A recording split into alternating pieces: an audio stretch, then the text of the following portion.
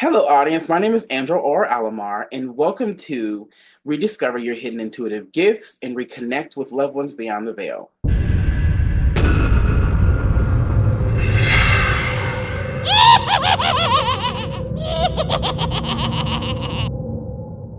Today, we have an amazing guest. An amazing guest, would you please introduce yourself and tell us what you do? Well, thank you for having me, and I'm glad to be here. My name is Heather Green, and I am a channel, an intuitive, an energy healer, and an animal communicator. I know that's a lot, but I've been doing my work for 15 years, so it's been quite some time now. Started with animals, been on the healing journey for 25 plus years of my life, so I know I've walked this path, I know it well. And basically, in discovering my own healing process and doing what I needed to do to heal myself and develop my gifts, I've been able to turn around and share it with others. And I've been inspired to do that because of the changes that have happened in my life. So in 2007, I had a very mystical experience with horses. I call it an enlightening experience because it really was. It blew my intuitive channels way open. I was able to connect with them. I was able to know about their past, how they felt, what they have gone through in their with their previous owners. And from there on out, I learned how to work with energy in such a way to help them heal. And it started with horses, but then it expanded into other animals as well, and eventually working with people. So since then, I've been doing my work professionally, and I help people with all areas of their lives. So I help animals with any issues they might be having, whether it's domestic animals, wild animals, farm animals, everything. And I also help people with, your basic, life issues, relationships, money, career, health. Those are usually the main areas. Soul's purpose, which is another really big one for me. And since I've been developing the course of my journey, of course, I'm always learning and growing. I started teaching more about ascension, this time that we're in now, which is about moving from a heavier density into a lighter one and releasing a lot of the karma and baggage we came in with in many incarnations. So now I am an ascension guide. And in that process, I've been channeling higher consciousness beings. Angelic beings called the Elohim are one of the groups I channel, and the Pleiadian High Council is another group I channel. And I also work with whales. I channel the whale collective because they are amazing ancient beings that come from other star systems that are here to help with the ascension process on our planet. And I actually recently just did a whale trip back in Monterey Bay, as I was talking to you about when we first got on. And yes, for people to receive healing and transformation in the presence of the whale. So that was really powerful. My one of my more recent offerings. But anyway, yeah. So that's what I do in a nutshell. The long journey getting where I am. I love that so much, and that was so beautiful. Thank you so much for sharing. Yeah. About the whales, immediate chills. I don't know why. Oh, I don't yeah. know why, but they just feel so majestic and like just like when you think about an enlightened being, Yeah. when you think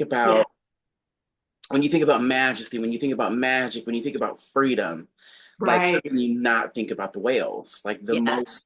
the biggest thing on the planet, but the freest and most peaceful and like loving energy. Yep. Um, but I want to ask you, like when you were there, when you experienced the whales, did you connect with them and speak to them? And what did Yes. that look like?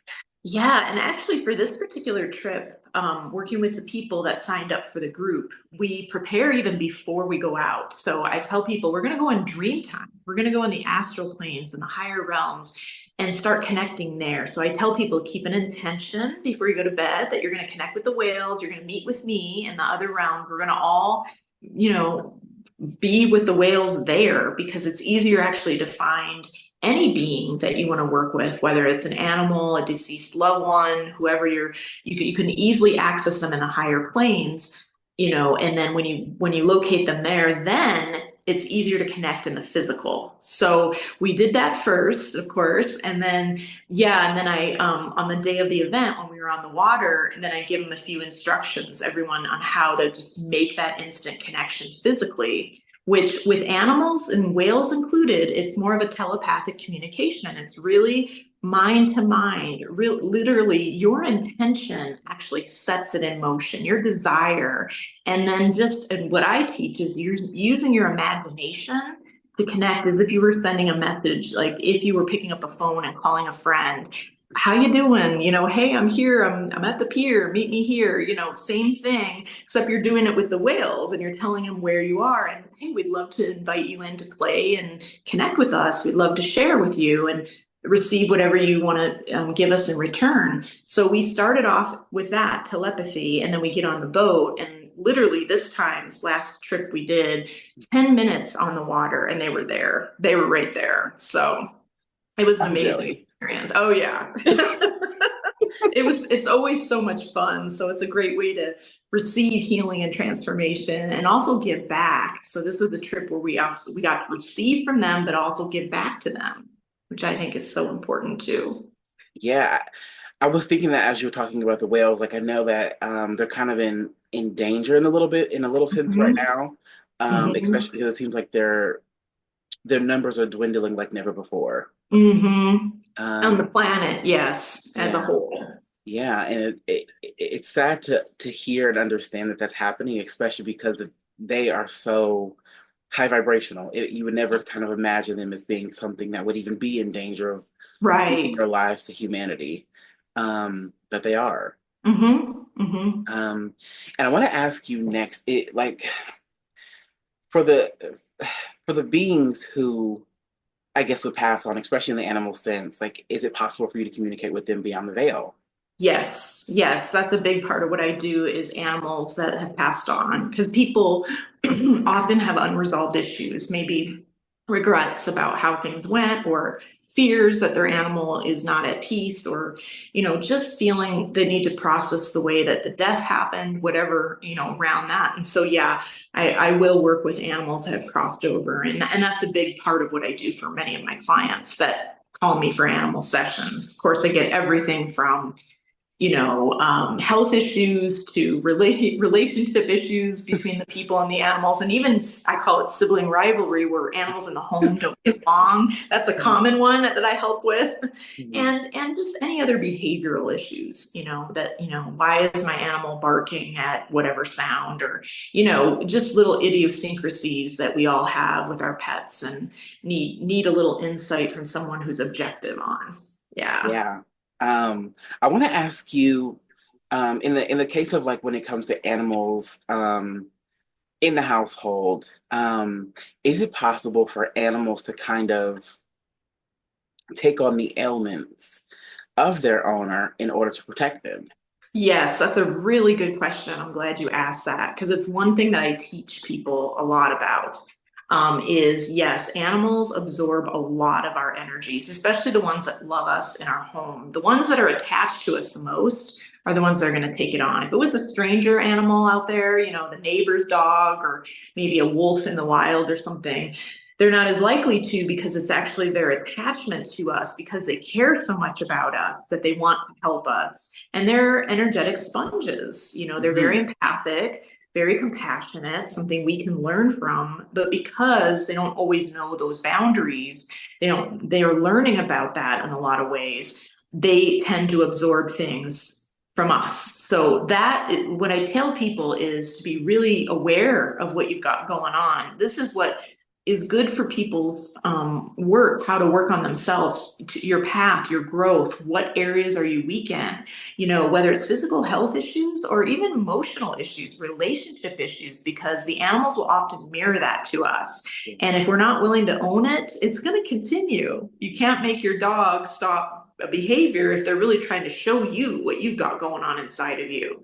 So it starts with you, and the more awareness you can bring to what you've got going on inside, the more you're going to help your animal, and then they won't have to pick it up. They won't continue to do that. So, but there are some healing techniques, and I can show them, I can teach them as well on how to work on clearing your animal if they are picking up your energy. And that can help in the process when we're trying to own our stuff and work on our issues. Because I know it's a journey. It's not necessarily an overnight thing, Yeah. so yeah. That's 1,000% true and accurate. I'm not saying that to be like, yeah, Yeah. but yeah, it feels so right. And I've seen it in my, and I've seen it myself. I've seen it. I did a session with a client the other day where she had a dog attack Yeah. in her house with her dog, and she's very Mhm. anxious, and so is her husband.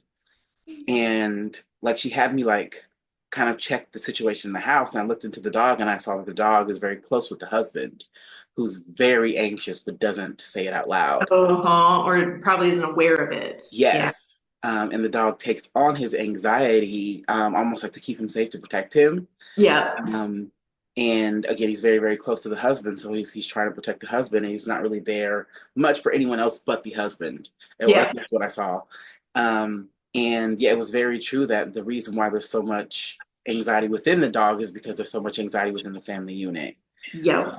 And the dog doesn't necessarily know how to cope with taking on so much anxiety that's not only Yeah. foreign to it, but that feels almost physically painful, because I felt this like pain in my chest when I connected Oh with the dog. yeah. And I Yeah. was like, that doesn't feel normal. Mm-mm. No. Um, but yeah. Yeah, I mean, even that example right there, if the Mm, people become aware of the anxiety and start dealing with it on their own, that could eliminate the whole problem to begin. It could totally disappear with the dog. So just doing that is powerful in the shift that you can make. Or even a health issue. I mean, animals can pick up our illness. They can pick up cancer. They can pick up heart, diseases and the intestines and everything. So if we know we have issues and we have health issues, to take care of that, to really work on improving that so that the animals don't inadvertently absorb it just because they're so close to us. They can do that. So yeah, yeah. that is true. I want Mhm. to ask you next, does it look differently when you're connecting with each animal?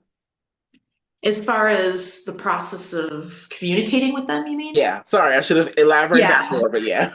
Well, yeah, I mean, every animal, kind of like us, like the way we connect and communicate, we all have our own unique personalities and inner in dynamics. So it's the same with animals. And whether they're in person or not, of course, I work with animals remotely. In fact, 90%, I'd say 90 to 95% of my clients are Zoom and phone because Mhm. people live all over the world. And I always tell people if it's an animal issue, yeah, they don't have to be present for it because I can connect with them remotely. So I tune into their energy. I usually either go with their first name, whatever the owner calls their animal by, and then that way I'll connect with their energy and link up with them. And yeah, every time it's different because they have a different energy. They have a different dynamic. They bring a different blueprint forward on whatever they have in their energetic system. But the process of connecting, as far as linking up, is usually the same. It's through their energy. It's telepathically that I'm making that connection, and then from there I get to see what's going on. We have a conversation, just like I'm having with you right now. So pretty amazing. It's always different every time, which is why I enjoy it so much. I never get bored with what I do. So so it's different every person, every animal is so unique, and their soul has different things to work on, different gifts and talents and also issues. So there's always a variety of what can be experienced in each session with each client. So yeah. Mm, okay. I asked that because I think a lot of people who are connecting with animals or who do animal communication, I don't really see it a lot, but I feel like it's relatively rare. But I Mhm. think when I hear them talk, sometimes, especially ones who are just starting out, wonder like what is the difference between the way that specific animals communicate, like the difference between a horse and a goat, or a whale Oh, and a shark, and those yeah. things. Okay. I kind of wondered Interesting. the Well, differences. I would say it's usually the same in how I link up with them, how they present telepathically, how the information is sent. But I will know right away. It's a whale, it's a goat, it's a dog because I'm very clairvoyant. So I'll see the way they look, and then the impressions they give. And many times for me, it's a mixture of a lot of psychic ability. I'm clairvoyant, clairaudient, claircognizant. So sometimes I get everything at once. I'll just get the whole download, like, whoa, this is your dog, and he's white and black, and I'm feeling, wow, he's got a big heart and he's so affectionate and he misses everybody, or, all of it comes in at once usually. And so then we go from there, and they'll either the animal shares what's going on for them and what they want that person to know, or we jump into the person's issues, what's going on with the dog, what do they want me to relay to them, or what do they want me to ask them about what's going on. So yeah, that's kind of how it works. Okay, okay. Yeah, thank you for explaining that a little further, just because I think, again, I have some people on my email list who are like just starting out animal communication, Oh, cool. and this will help them get a good grasp on not only what it's supposed to look like, but what it can look like and Yep. feel like. Hmm. So thank you again for explaining. Absolutely. And I'll add to that with health issues in particular, or issues that are really big, big soul related issues. I do tap in with the guides. We all have guides. Each of us personally, our animals have guides as well. And so sometimes the animal won't know. They'll tell me I'm in pain, I'm hurting, but they don't know why, if it's physical or even if it's emotional at times. And so that's when I tap in with the guides and say, what's going on with this guy? And they'll give me the big picture. Oh my gosh, well, there's something going on in the belly. He's got inflammation in his gut, or he's had a big heartbreak in his past. He was given away before, and he's not over the heartbreak and the grief, and it's resurfacing again because he's afraid. So I usually get some of the big picture soul information from the guides, because sometimes the animals don't know, just like us. We don't always know, right? We Yeah. we tap into our higher consciousness to gain information. So that's just another layer to animal communication and just overall healing with any being, because you have to go into the bigger consciousness states and the beings that can see from a different perspective often to get the information. So Yes, thank you for that explaining can that be again a little helpful more. to your people. Yeah. They Thank might you. want to know, oh, how do you get these big answers to things that the animal might not know, right? So yeah. I think that's going to be definitely helpful. I'm thinking about somebody in particular who's like just practicing out, and I think it will be really beneficial for them. So again, thank you so much. Oh yeah, absolutely. Okay, so I want to ask you next, just kind of like this. I'm going to kind of switch back and forth. I hope that's not discombobulated. Sure, absolutely. Please do. Whatever works. Okay, I want to ask you, how does your energy healing work to assist individuals in clearing blocks to abundance and aligning with their intuitive gifts? Well, when I do energy healing, whether it's with a person or an animal, I tune into their deepest intent. And so of course, I'm working with the guides, and I have my own guides. I work with my higher self and other collective groups that help me in this healing process. And we hone in on the root cause. We look at the root cause of the problem and get right there. And then, of course, I'm using the tools, the energies, the systems that will help to clear and release whatever that problem is. Now, I'm very eclectic in my work. I have a lot of different tools and modalities because I've been doing this for a long time.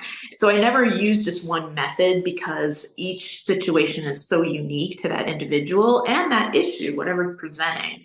I'm going with the flow and what needs to happen in that moment. And a lot of it goes through me. A lot of the energy just works through me, and I'm more of an observer and a witnesser for the most part.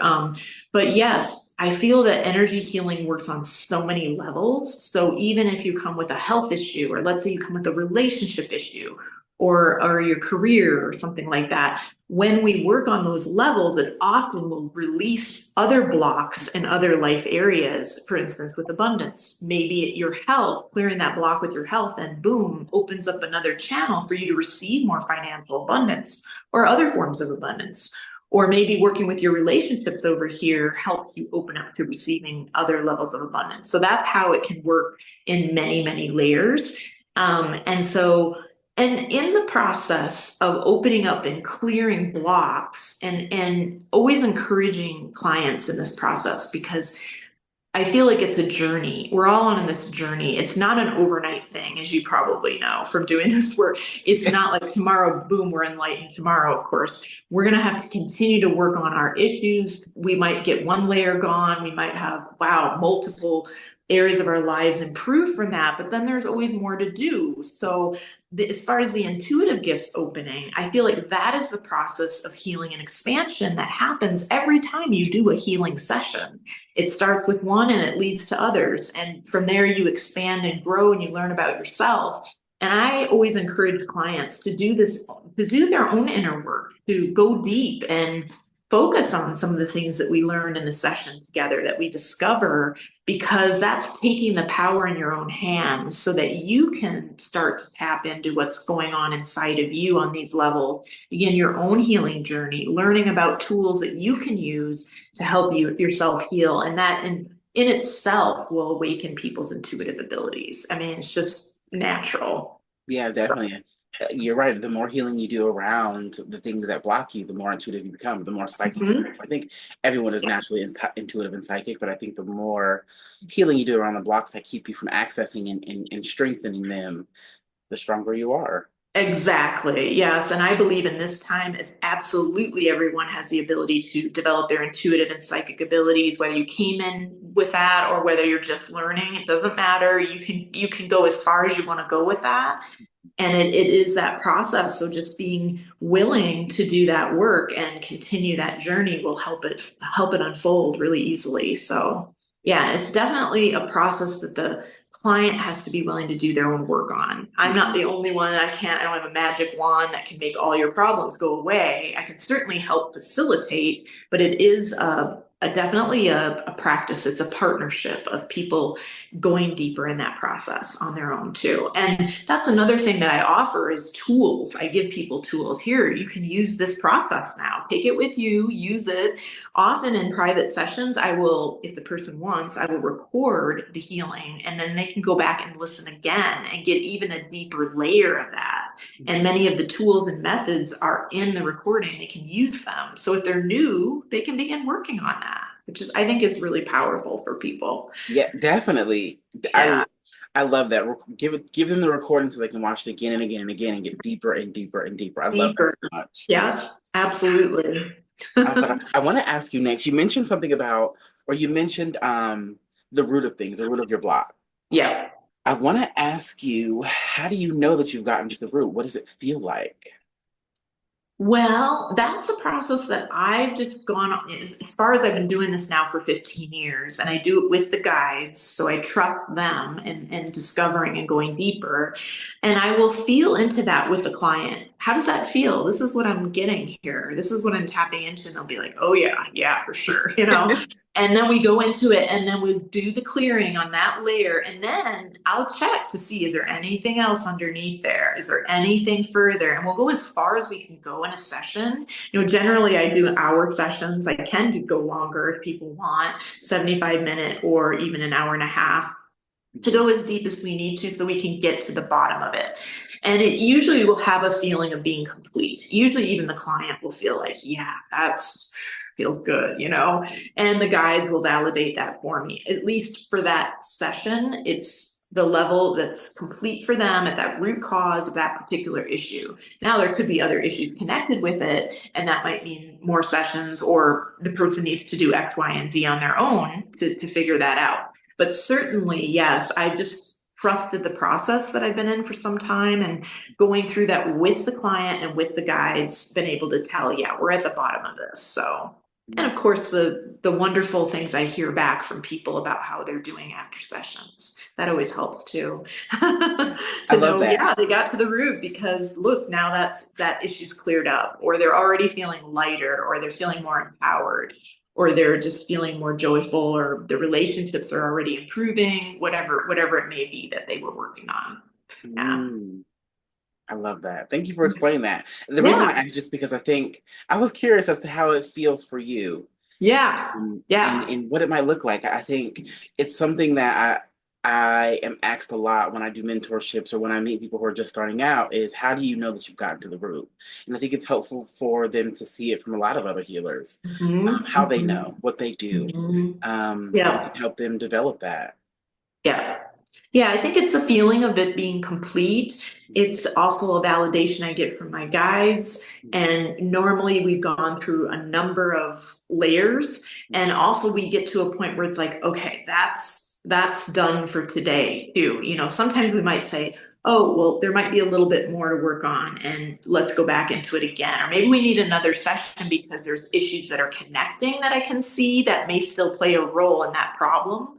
So then Mhm. I'll say, we only have so much time. We can't, you can only do so much in one session. And also, energy healing is powerful. One session might be enough for you. You might be, okay, I got blasted today in a good way, but you have to integrate all that energy. You have to integrate the experience. You don't want to do too much in one setting, but I'll usually know one way or another. Like we got to the root, it feels complete, and the client will often feel that too. And or I'll know we need to do some more work here. There's more to be done to like get that completely worked out. So Mhm. yeah. I love that. Yeah. Thank you Yeah. so much for explaining that a look even more deeply. I think again, it's awesome that you have such knowledge because then you can share it and we can grow Mhm. further. Yeah. It's Yeah. 15 years of working on that and doing this work, it's like anybody who's an expert in their field, they know after they've done it for so many years, they've dealt with this problem or that, or they've troubleshooted. Oh boy, I thought I had this taken care of, but over here there was this going on. So that's kind of part of it. But I also feel like I say it's a partnership with the person. Yeah. So the more that client is willing to do their own work, that's going to really help them clear up their stuff. It's not all on me to make it gone. It's also what their soul's ready to get accomplished in that session. They Yeah. may or may not be ready for all of it to be gone. Maybe they get part of it. Maybe they work on one issue, but they still have another, or even part of an issue, and they're not quite ready to deal with all of it yet. And then, of course, they're going to know when that right timing is. Yeah. So it's a combination of between me and working with them and their own intuitive development, knowing what they're ready for and what's next too. So, Okay. I love that. I want to mhm. ask you next, for someone who is very, very blocked, how can they become unblocked? And I know that Mm. kind of sounds very, very vague, but Yeah. there are some like sometimes like you'll come across a person who not only can't accept healing at all, but you Hmm. cannot connect with them, even though they come to you wanting healing. Right. I wonder for people who are like that, I know sometimes it's very like different depending on the person, but I Totally. wonder how can you get through to someone who wants healing but doesn't know how to get past or like not Sure. only how to get past their own blocks, but how to let you pass their own blocks. Uh-huh. Good question. I think a lot of healers work in different ways in this situation. I always feel if someone comes to me for healing, on some level, they do want that. So even if there are blocks, they are wanting that. So I trust that process. And that's where I really try to connect in with them and even just having a conversation around it. Maybe we don't get into the energy healing right away. Maybe we talk. And in connecting with them, because I feel, and you might agree with this, anyone out there who's a healer, our energy is healing. Just being with somebody, just talking. We don't have to actually do any kind of specific modality or intentional work for healing to happen. And maybe just the conversation with them is enough.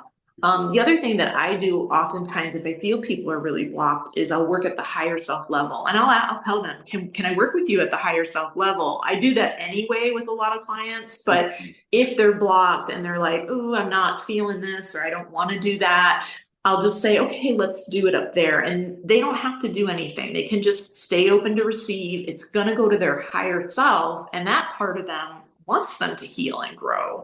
So that part of them is going to receive the offering, bring it down to them in their own unique way, in their own right timing. Maybe they only get a sliver of that in that moment, but maybe in a few weeks or months or even a few years, they'll get all of it. So it's about timing, I feel. And blocks often are, if it's really a strong resistance, usually it isn't quite the right time, for a complete release of the block. There can be a starting point though. So that's just kind of the way I usually work with it. But I find most people that I work with in sessions are ready. They're ready to go and they want to release the blocks, and they definitely are able to take energy in to help with that. So yeah. Thank you. I love that. Okay. Thank you for that answer. Um, Yeah.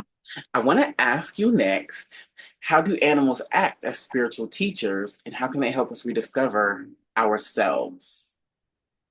Oh gosh, I think animals are amazing spiritual teachers, and just showing up as they are is like role modeling to us how to be. They're naturally compassionate, unconditionally loving. They're tapped into their heart. They're not cerebral the way we are. They're not stuck in their stories the way we are either. I will say they often, I'm not saying they don't need healing and they don't have similar issues, but they don't have the mind story that loops around the way we do. So it's often easier for them to let things go. I find in healing that animals let things go a lot easier than we do, so but I think that because they're so innocent and free and so connected with the earth, that they can show us, even in their role model, how we can grow spiritually. And that gets into the whales. I mean, whales are wisdom keepers and record keepers, wisdom holders.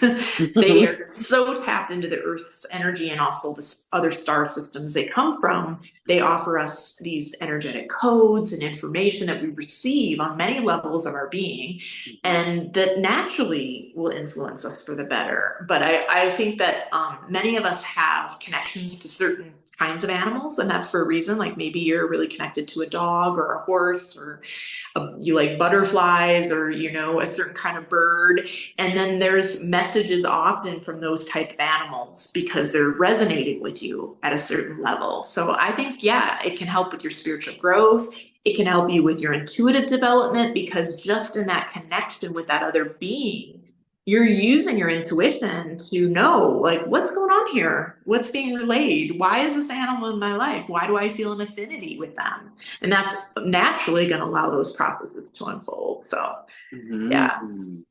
I love that. I love that Mhm. answer. I can say that a Thank lot. you. I hope that helps. Yeah. It definitely does. I want to ask you, how can you lead people to greater awarenesses of messages from beyond the veil? Is that too vague? No. Let me sit with that. So lead them to greater awarenesses for messages around about beyond the veil. Well, animals can be a stepping stone for that, because, and even the ones in your life, or whether you just maybe really like birds, or, and your birds, but they're not right in front of you, you're going to connect with them remotely. Any being that you connect with remotely is going to help you get there. And meditating, doing any kind of skills, or using any kind of skills or tools to go deeper into your own intuitive development. And I have a certain process that I work with clients. I do mentor clients in intuitive development. So I'll work with them on how to begin that process of, getting your psychic gifts to be turned on, and working with the chakras that actually help you open up to psychic ability. Because I think it's really that process that actually helps you connect beyond the veil. And then mediumship is one area that is a highly skilled area of intuition. It's like taking just regular psychic ability to a higher level. And I feel the connection with animals, at least for me, was definitely a stepping stone in doing mediumship, because animals, if you're working with them remotely, they're not right in front of you. You can't just make it up. You can't say, "Oh, well, he's happy. He's wagging his tail," because he's in your room doing that. I'm saying, you're going to get it on a different layer. And so it's the same with loved ones that have crossed over. So I think any kind of development you can do, dream work, meditation, spiritual, any kind of spiritual practice that helps you go inward, and that's going to all open you up to be able to receive deeper messages from beyond the veil, whether that's deceased loved ones or whether that's beings of a higher consciousness, like the ones that I channel, like the Elohim, and also, the Pleiadians and other higher dimensional beings that exist that are connected with other planets and star systems. So it's really fun. Yeah. I want to ask you, you mentioned earlier about whales and how some of them come from other star systems. So I'm Yes. wondering Mhm. if you've connected to the star systems they come from, and Mhm. if you can share them with us. Sure. Yeah, the ones that the main star system that they come from is Sirius. So Sirius is one of the major star systems. Yes. Now, I do feel that some of the whales on our planet are also from other places too, like the Pleiades. Lyra or Lyra, depending on how you pronounce it, is another star system that they tend to come from. Potentially, they could be coming from other any of them, but those are the ones that I'm aware of, but mostly Sirius. They're choosing to come into those bodies to really help with the ascension. Other beings from other star systems and planets are coming in different forms or even showing up, as an EP being here now. We're in the time where there's going to be more of that contact experience happening. So, depending on what dimension they come from and what star system, they may take different forms. Some of them may even appear as light beings, just orbs that we see out on the earth when we're hiking or whatever. And Mhm. those beings, of course, can come from many different star systems. But yeah, Sirius is the main one that the whales come from. So I yeah. love that. Thank you for sharing that. I think that's really, really important to know and understand, because I would have never have made that kind of connection or correlation. Um, Yeah. and it also makes me feel a little bit bad for them because I'm like, why would you choose to come here? Well, here's the other thing I want to share about that, because I know you Okay. shared about them being endangered. And yes, I know that they're being hunted. Even the dolphins too are being hunted in different areas of the globe. I know the ones in Monterey Bay, they're doing really well there. They're Good. actually doing quite well. They have a lot of food. They are very happy. Even the scientists there, when I lived there, I used to go to meetings where they talk about the whales, because the scientists are really tracking them and saying that they can see how well they do, because when they have a lot of food, they sing more. So they can hear their sound vibrations. They can track their sound, not hear it, but they track it. So they know how well they're doing according to how much they're toning and singing in the ocean, as correlated with their food sources and how much they're reproducing. Okay, so the ones there are doing well, but I know the ones in other planets are not necessarily doing as well. And my take on this is that they're meant to come in. They want to come into these bodies because when they're in the ocean, they can provide their healing and their transformation and work directly with the earth in an easier way. So in that way, they're working with the ley lines, the grids, even below the ocean water into the earth underneath the ocean. Mhm. And they're helping to, help the planet in this time of shifting into a higher dimension. So they're choosing to come for that reason. Of course, everything they do for Earth is going to benefit all of us. And water is a strong conductor. So when the energy goes in, it radiates out and goes all over onto the land, onto every other space. So they have a really good access point that way. And that's why they're choosing to come in whale bodies, dolphin bodies, whatnot. When they're done with their work, they can move on. So I'm not saying that we should be hunting. We definitely need to stop that. I am not, I think that we need more awareness of what's happening, or even it's about us taking accountability for cleaning up the planet and the toxins and everything, because some of it's from toxins that some of these beings are not surviving. And that's other sea creatures as well. But for the most part, with the whales, I feel that they stay as long as they want to stay in those bodies. And when they're ready to leave, they go. And it's not, we don't have to worry about them. We don't have to carry the pain of, oh no, they're suffering. Just look at it like it's their choice for how long they want to stay here. And when they're ready to go, they'll go. But we also are learning to be accountable. So I don't want to say we're not going to take responsibility for things that we shouldn't be doing. So hopefully that can answer your question. I know it's Yes. it's a good one. A lot of people want to know more about that. So, Mhm. Thank you for answering. And yes, it definitely answered the question. I think as a human living on the planet, I think if you're someone who's empathic, if you're someone who's feeling, I think you can't help but feel remorse for your hand, in yes. like their demise, Hmm. especially because like the planet truly belongs to them more than Yeah. us. Yeah. Absolutely. Um, so yeah, I do still feel a little bit of sadness just because I know even just by me consuming, I have a hand in the destruction of a lot of things on the planet, a lot of Hmm. people. Yeah. So yeah, I kind of didn't want to absolve myself, but I wanted to know if there's anything more that I could do to aid them and to Yeah. connect with them. Well, and I just feel that our own personal ascension process is where we need to focus, Okay. meaning doing our own work. We're all in this, we're all in the ascension timeline. It's about moving to that lighter density. And in that process, we will get new ideas about what we can do to be in service. Maybe we take a role in cleaning up the ocean, or even bringing awareness to things that we're doing that we shouldn't be doing with the oceans. And I think too, this time that we're in, especially as we're going to make our way to the end of the year into a new year, and we have the election coming.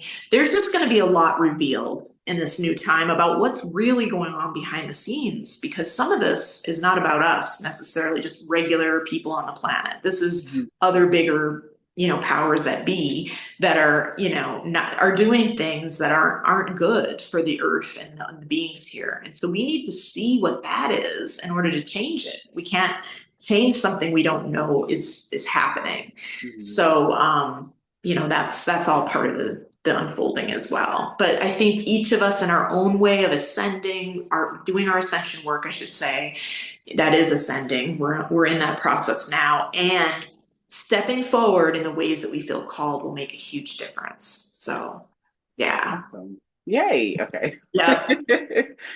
Okay. So next I want to ask you, what are some of the most powerful transformations you've witnessed when individuals that physically and emotionally, or individuals heal physically and emotionally, and then find themselves more open to the messages from beyond the veil? From beyond the veil.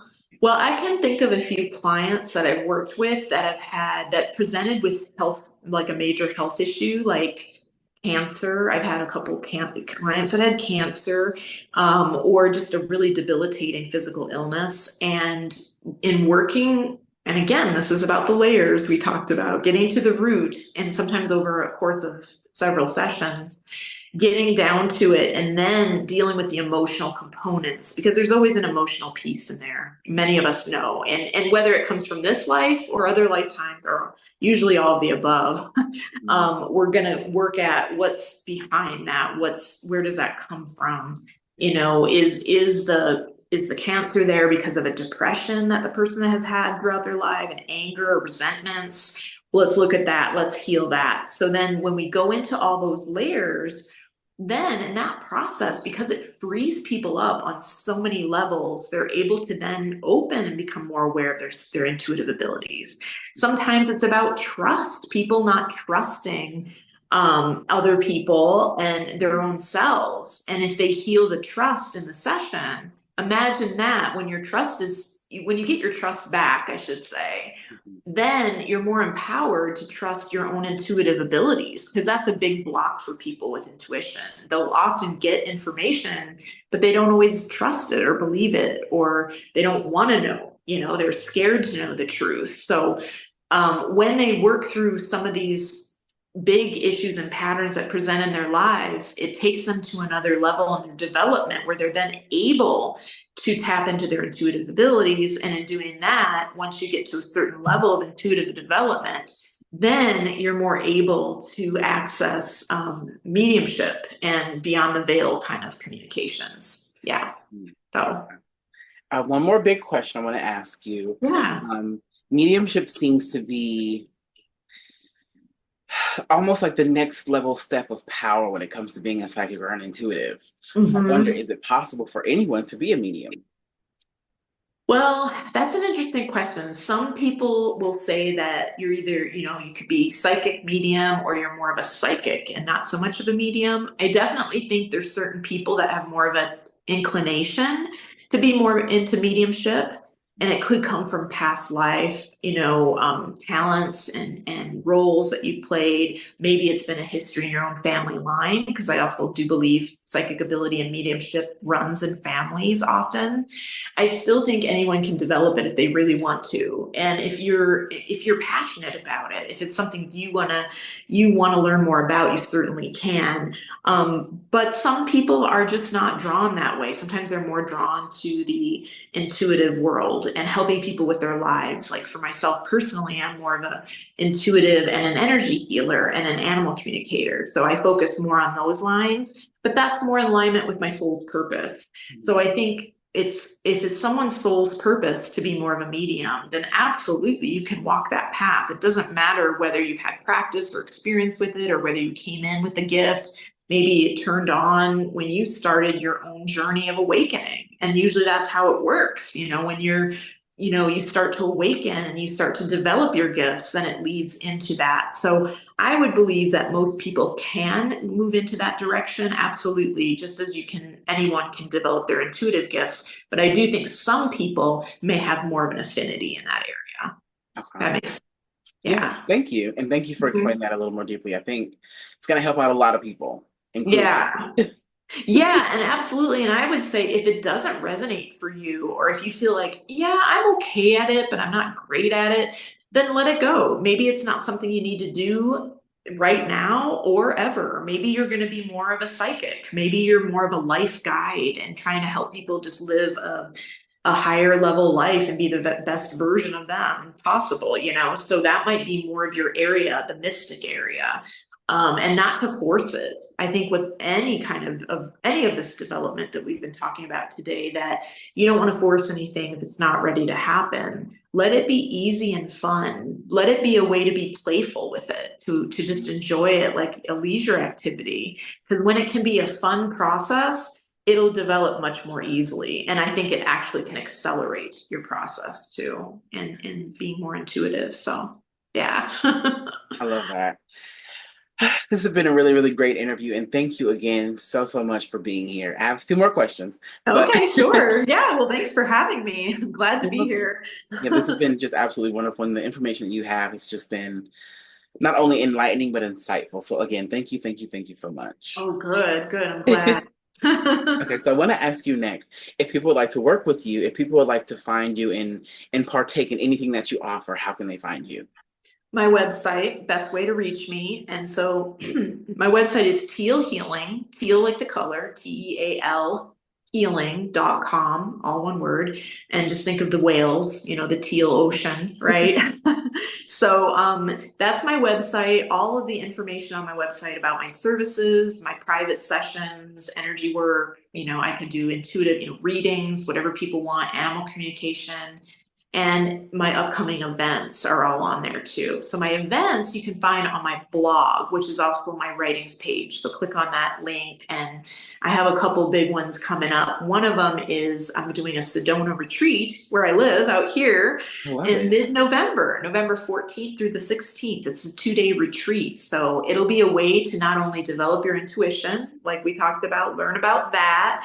You'll be able to get a private reading with me when you're out here. And we'll also be doing a lot of energy work processes, and both in my home, because I have a beautiful home in Sedona, and out on the land. We're going to go to some vortex energies to Love play out on the powerful energy of Sedona. It's so healing out here. So there'll be a lot of benefits with that event, but all that I offer is on there. And I also have a blog that I write a lot about these topics on, so people can learn more that way too. Love So, that.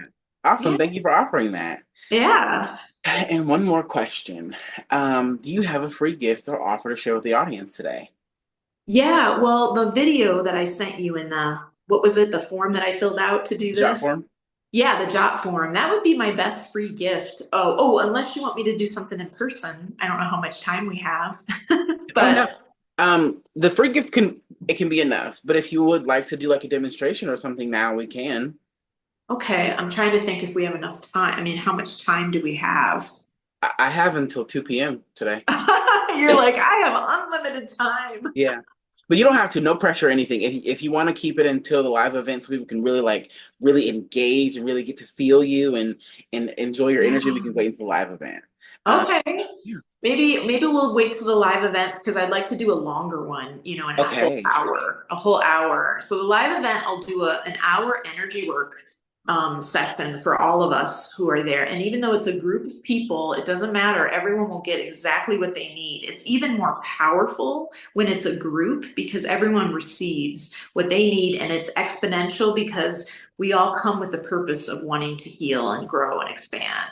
So I think that will be more efficient. But I did offer that video on the form when I submitted to be part of the symposium, and that's a video on the equinox energies. So I was Ooh. talking about how we just passed through the equinox doorway in September, and that energy is still working with us. So in that video, I talk about what's going on with the equinox energies. So that's another thing I do is talk about what's happening with the cosmic energies out there. And Mhm. I also do an energy healing at the end for everybody, just to benefit from, the time and really, have support and resources so that they can get through this time a little bit easier because anytime we either go through an equinox cycle or now, we just had an eclipse, two eclipses that we went through the end of this year, we're going to be, releasing old energy. We're going to be clearing, releasing, and integrating on so many levels. So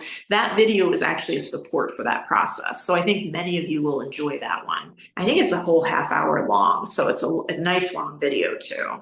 Get everything you want in that one.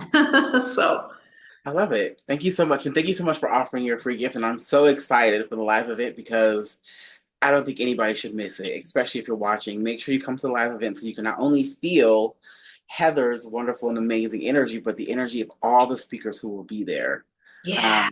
I think specifically yours will be absolutely wonderful just because I'm excited to feel what you channel through. Yeah. And what I mean by channel is more so just like bringing the energy. Absolutely. It is a channeling. And it's also tailored to the group. So whoever's going to be there, it's for the people that are there. And the guides that I work with, and I know the Pleiadians will be part of that, the whales will be part of that, and the Elohim angels, they will bring in whatever is needed for that particular group. So if your intention is to be there, show up and everyone's going to get what they need. And then you'll get a taste even more of how I work and how it can benefit you. So Yes. absolutely. Exciting. I'm What? excited. Yay! Yeah, thank you so much again for being here. And thank you guys for enjoying this episode. Stay tuned for the rest of them. I hope you enjoyed this one. I know this was absolutely magical, wonderful, and amazing. And thank you all for being here. And thank you again so much, Heather, for being here. Yeah, you're welcome.